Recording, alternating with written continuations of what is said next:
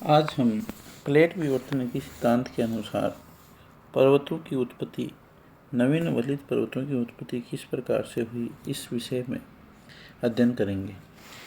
Plate विवर्तनिकी सिद्धांत एक बहुत ही व्यापक और संश्लिष्ट सिद्धांत है जो पृथ्वी पर महासागरों, महाद्वीपों, पर्वतों और गर्तों तथा पर्वत निर्माण के वितरण, उनकी विभिन्न प्रक्रियाओं की तर्कसंगत एवं सुस्पष्ट व्याख्या करता है।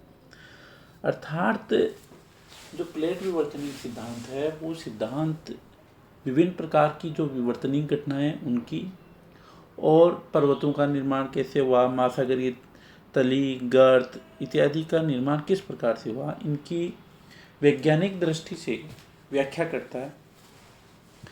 इस सिद्धांत के अनुसार स्थल मंडल अनेक दृढ़ खंडों में बटा हुआ है और जिसे हम प्लेट कहते हैं।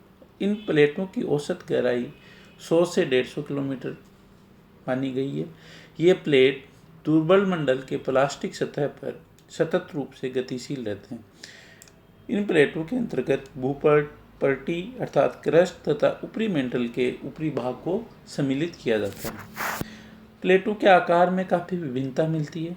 कुछ तो गोलार्ध के आकार के हैं, कुछ छोटे हैं। इनकी संख्या के विषय में भी सभी विद्वान एक मत नहीं है। कुछ विद्वान 7 मुख्य प्लेट मानते हैं और कुछ 6 मुख्य प्लेट मानते हैं तथा कई अन्य गौण प्लेट पृथ्वी के स्थल मंडल का निर्माण करते हैं।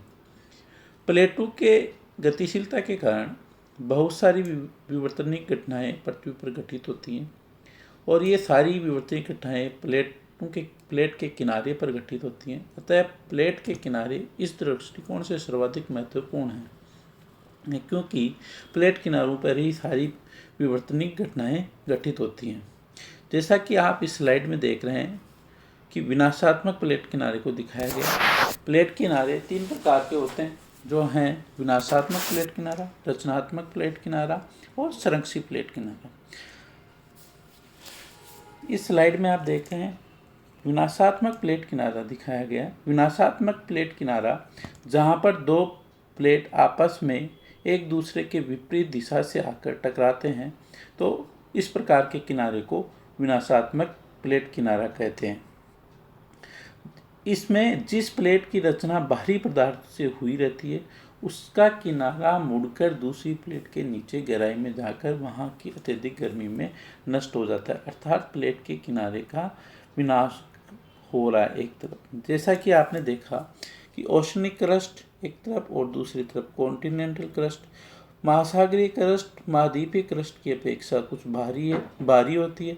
अतः जो महासागरीय क्रस्ट की प्लेट थी वो कॉन्टिनेंटल क्रस्ट के नीचे जाके नीचे मुड़ गई और नीचे एस्ट्रोनोस्फीयर में उस प्लेट का जो भाग नीचे गया वो धीरे धीरे नष्ट हो रहा है। और इसके बाद में बात करते हैं रचनात्मक प्लेट किनारे की। रचनात्मक प्लेट किनारा इस प्रकार की किनारे के सारे 2 प्लेटें एक दूसरे के विपरीत दिशा में गतिशील होती है और इस सीमा के सारे पृथ्वी के अगाध से, पृथ्वी के आंतरिक भाग से तप्त एवं तरल मैग्मा ऊपर आता है जिससे ठोस नई क्रस्ट का निर्माण होता है। और इस प्रकार की घटनाएं मध्य महासागरीय कटक के सारे घटित होती हैं जहाँ पर नवीन क्रस्ट का निर्माण होता है।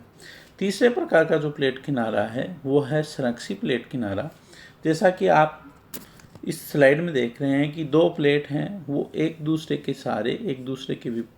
सारे अगल बगल सरक जाती हैं तो उनमें आपसी अंतःक्रिया नहीं हो पाती। इस प्रकार के प्लेट किनारे को संरक्षी प्लेट किनारा कहते हैं। अब हम बात करते हैं पर्वत तंत्रों की उत्पत्ति और उनकी वृद्धि के लिए की। पर्वत तंत्र की उत्पत्ति और वृद्धि के लिए पर्वत निर्माणकारी बल जो होता है वो संपीड़न से प्राप्त बल होता है और यह जो संपीड़ात्मक बल है वो विनाशात्मक प्लेट सीमा पर अभिसरित 2 प्लेटों के टकराव के फलस्वरूप उत्पन्न होता है। जैसा कि आप इस स्लाइड में देख पा रहे हैं, प्लेटों के टकराव के कारण उत्पन्न संपीड़ात्मक बल के कारण महाद्वीप के किनारे के सारे वर्त अवसादी जमाव वलित, भ्रंशित व उत्थित होकर पर्वत तंत्र का निर्माण करते हैं। हालांकि प्लेट की गतिशीलता के लिए कौन से कारण और बल जिम्मेदार है उसके विषय में विद्वानों में मतभेद है। फिर भी अधिकांश विद्वानों का मानना है कि मेंटल में उत्पन्न संवहनीय तरंगों को इसके लिए जिम्मेदार मान सकते हैं। इस प्रकार जहाँ पर दो प्लेटों का अभिसरण होता है वहाँ पर क्रस्ट के संपीड़न के कारण पर्वतों का निर्माण होता है। इसमें स्थलमंडलीय प्रकृति के आधार पर उनका अभिसरण 3 स्थितियों में होता है, जो हैं: पहला, जब दो प्लेट महासागरीय नितल क्रस्ट वाले होते हैं तो उनके अभिसरण एवं टकराव होने से एक ज़्यादा भारी वाले प्लेट की सागरीय क्रस्ट दूसरी प्लेट के नीचे सागरीय खड्ड में क्षेपित हो जाती है और इसके कारण उत्पन्न संपीड़न द्वारा द्वीप त्वरण और द्वीपीय चाप के पर्वतों का निर्माण होता है। जैसा कि हम देखते हैं कि जापान के द्वीपीय जो चाप हैं वो इस स्थिति का सर्वोत्तम उदाहरण है। जापान द्वीप चाप में 3 से 4,000 मीटर ऊंचे पर्वत मिलते हैं। प्लेट संचलन के दौरान प्रशांत महासागरीय प्लेट के नितल का जापान द्वीप के पूर्वी भाग की ओर यूरेशियन प्लेट के महासागरीय क्रस्ट के नीचे क्षेपण हुआ, जिसके परिणाम स्वरूप महासागरीय खड्ड का निर्माण हुआ और इस क्षेपण के परिणाम स्वरूप प्रशांत महासागरीय प्लेट सागरीय नितल के नीचे मेंटल में पहुंचकर वहां के अत्यधिक ताप के कारण पिघल गई, जिससे मैग्मा का निर्माण हुआ और जो बाद में पलवन के सिद्धांत के अनुसार ऊपर आ गया। महासागरीय खड्ड से लगभग 200 किलोमीटर की क्षेत्रीय दूरी पर वह मैग्मा ज्वालामुखी उद्भेदन की क्रिया द्वारा सतह पर आने लगा। इन ज्वालामुखी पर्वतों का फिर अपरदन हुआ और जिसके कारण अवसाद भी कालांतर में प्लेट संचलन के कारण उत्पन्न संपीड़न बल के कारण वलित और रूपांतरित होकर इन ज्वालामुखी उच्च भूमि में जुड़ गए और एक जटिल द्वीप चाप का निर्माण हुआ। फिलीपाइंस चाप और मेरियाना चाप इन द्वीपों के अन्य उदाहरण हैं।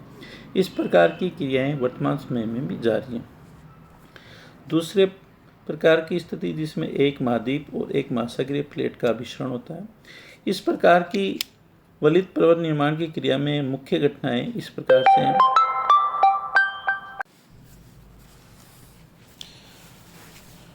जब दो प्लेटें जिनके किनारों पर क्रमशः महाद्वीपीय और महासागरीय क्रस्ट आपस में टकराते हैं। दूसरी स्थिति ऐसी है जब महासागरीय क्रस्ट वाला प्लेट अधिक घना एवं भारी होने के कारण हल्के महाद्वीपीय प्लेट के नीचे क्षेपित हो जाता है और जैसे जैसे अभिसरण की प्रक्रिया होती जाती है महासागरीय क्रस्ट के ऊपर के अवसाद और स्थलाकृतिक क्षेपण के कारण छिछले होते जाते हैं एवं महाद्वीपीय किनारे पर जमा होते हैं। इस प्रकार के अवसादों के क्रम में दीर्घीकरण होता है। इनके साथ महाद्वीप के किनारे के ये अवसादों के वृत्त क्रम संपीड़ित एवं वलित होकर कार्डिलेरा प्रकार के वलित पर्वतों का निर्माण करते हैं। क्षेपित प्लेट का खंड नीचे मेंटल में जाकर पिघल जाता है।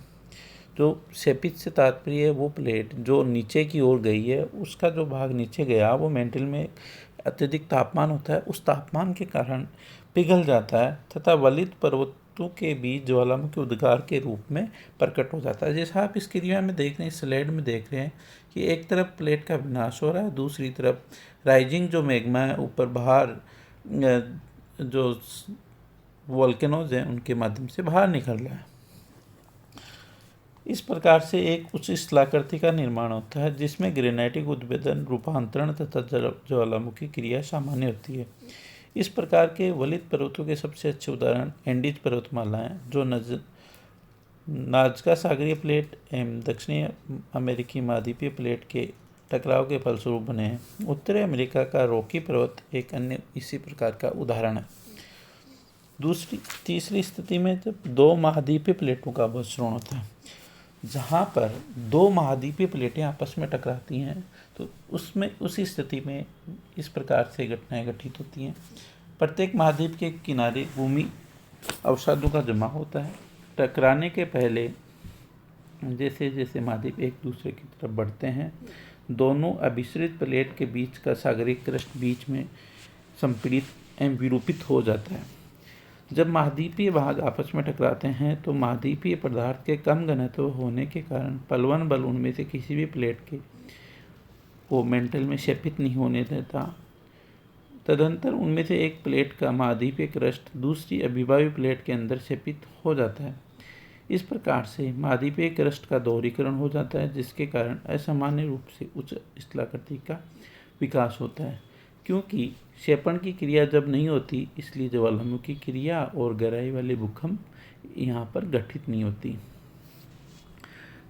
अल्पाइन जो हिमालय पर्वत श्रृंखला है, वो इस प्रकार के अभिसरण से उत्पन्न नवीन वलित पर्वत के सबसे अच्छे उदाहरण है।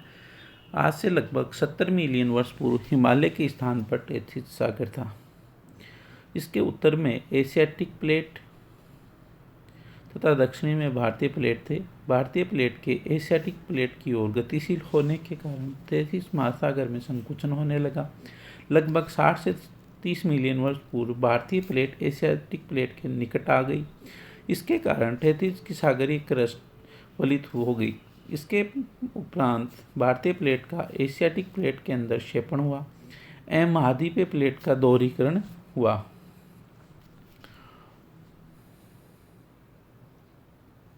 तिब्बत पठार की अत्यधिक ऊंचाई इस दोहरीकरण का ही परिणाम माना जा सकता है। इन जटिल प्रक्रियाओं की क्रिया के कारण भारतीय एशियाटिक प्लेट के बीच लगभग 500 किलोमीटर तक भूपटलीय संकुचन हुआ और ये प्रक्रिया आज भी जारी है। भारतीय प्लेट के उत्तर की ओर गतिशील होने के कारण हिमालय में आज भी उत्थान जारी है।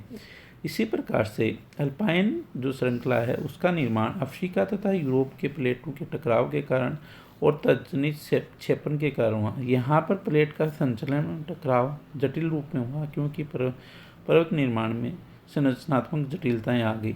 वर्तमान समय में अफ्रीका का प्लेट उत्तर की ओर सरक रहा है तथा इसका एशियन चाप के दक्षिण में यूरोपीय प्लेट के नीचे क्षेपण हो रहा है। इसके परिणाम स्वरूप जो भूमध्य सागर है, उसमें संकुचन हो रहा है। अब तक विद्वानों ने पर्वत निर्माण के 4 युगों का पता लगाया है, जिनमें कैम्ब्रियन युग से पूर्व कैलिडोनियन, हर्सियन तथा टर्सरी युग के पर्वत आते हैं।